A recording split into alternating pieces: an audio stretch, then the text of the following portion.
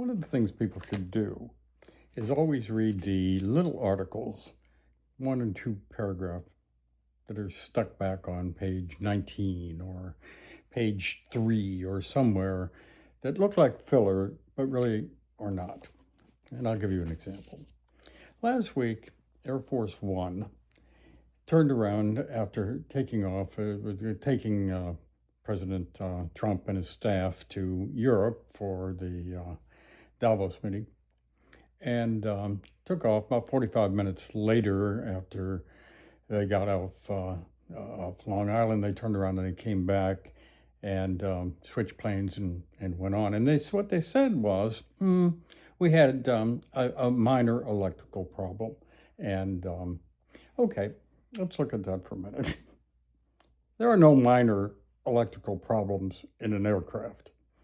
I myself was in a small airplane up in the mountains in Vietnam when we lost all power and we lost all electric, and we lost, not all power, we lost electric and we were a little smoke. And although I got out of that plane, the plane went on and the plane was never seen again. There aren't any minor problems on that. So what are these guys telling us? That is the most cared for airplane in the world. Okay. Well, next, let's take a look at, now this one's getting a lot of attention, but the president, the head of China, Xi, has replaced his, basically wiped out his entire top military guys. Now, this is very interesting because the reason he gave for getting rid of the most top guy and one of his former buddies is because that guy's been yapping and leaking to the United States about various secrets, including their nuclear capacity. If that's true, then we're going to have to say the United States is much more robust in our intelligence and our ability to penetrate China than they have been in the past. I will tell you, back in the 60s, when I was first in the Army and doing intelligence, we had no knowledge of what was going on. It was time of the Red Guard, by the way. And we had no knowledge of what was going on in China at that time. And we'd send people in, never hear from them again. The Chinese would find them, they'd probably kill them. And so that was that. Finally, Minneapolis has gotten to a real code red situation.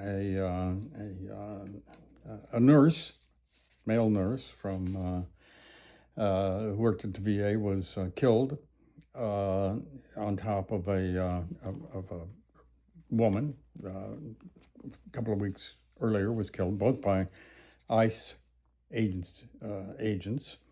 And last week in this spot, we postulated that it might just be time to pull out of Minneapolis and see, let the people, responsible citizens perhaps, become concerned about criminals running loose in their streets and so forth. So, and there'd be a groundswell of people forcing their governor and mayor and other city officials to return domestic tranquility to their streets. And I read in the last day or two that the Wall Street Journal, in their lead editorial, has said, "Hey guys, maybe it's time to just step back, cool it, take another a deep breath here, and not be continuing to feed us." Now, really quickly, it's not hard to deal. It's very easy to deal with with police and officials, and if you're stopped for speeding or for any reason, before the police guy gets there, you roll down the window, you get out your driver's license, and you put both hands on the wheel. So then when he arrives, he sees your hands and so forth. The entire thrust should be to become any nervousness that a law enforcement officer has. They likely are more afraid of you than you are of them. It isn't that they're afraid, but they are. They're apprehensive. And so what you want to do is becalm them.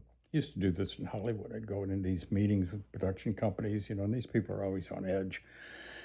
And you basically say to them, it's going to be okay. I'm here now. You speak in quiet voices, and you tell them when the policeman arrives at your window in your car or wherever, you tell him, okay, what you're going to do. If you don't have your driver's license here, you say, now I'm going to reach over here. My driver's license is in my wallet or in the etc.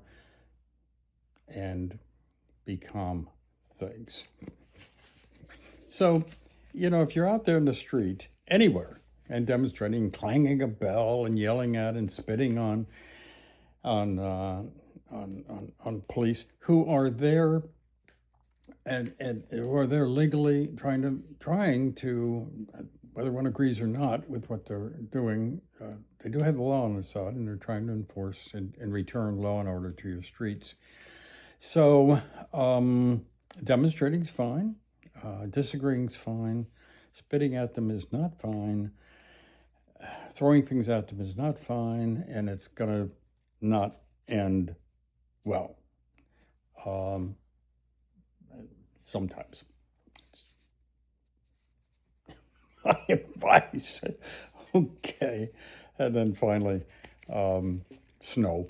I mean, we need to note, since these are kind of an ongoing of what's happening here, snow is just pounding everything from New Mexico to New York, and it's wiping out flights everywhere. And some cities are quite capable of handling that, and then some cities are not. And so we'll see how that goes. Anyway, that's it for this week.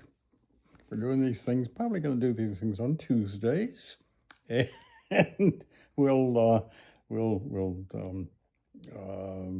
share our opinions, such as they are, as we go along.